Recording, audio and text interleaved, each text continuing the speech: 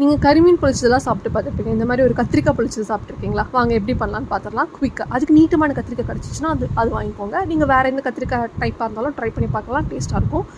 அதுக்கு ஃபஸ்ட்டு மசாலாவுக்கு என்னென்ன தேவைன்னா மஞ்சத்தூள், மல்லித்தூள், மிளகாத்தூள், கரம் மசாலா, கொஞ்சமாக இஞ்சி பூண்டு பேஸ்ட், கொஞ்சம் கர்ட், தேவையான அளவு சால்ட்டை போட்டு எல்லாத்தையும் நல்லா மிக்ஸ் பண்ணி வச்சுக்கோங்க.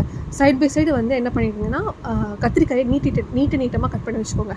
அடுத்து நமக்கு தேவை வாழை இலை எடுத்துகிட்டு மீடியம் ஃப்ளேமில் கேஸை வச்சுட்டு நல்லா வாட்டி எடுத்துக்கோங்க. அப்படி பண்ணுறனால வாழை இலை ஃபோல்ட் பண்ணும்போது கட் ஆகாமல் இருக்கும். இங்கே லேயராக வந்து கத்திரிக்காய் அரேஞ்ச் பண்ணி மசாலா இன் பிட்வீன் ஸ்ப்ரெட் பண்ணி அதை நம்ம கட்டி வச்சிட்டோம். இப்போ அந்த பார்சலை ஒரு வடைச்சட்டி எடுத்து அதில் கொஞ்சமாக தேங்காய் எண்ணெய் ஊற்றி அதில் நம்மளோட பிரிஞ்சால் பார்சலை எடுத்து வச்சுட்டு எல்லா சைடும் திருப்பி போட்டு நல்லா குக் ஆகிற வரைக்கும் வெயிட் பண்ணுங்கள்.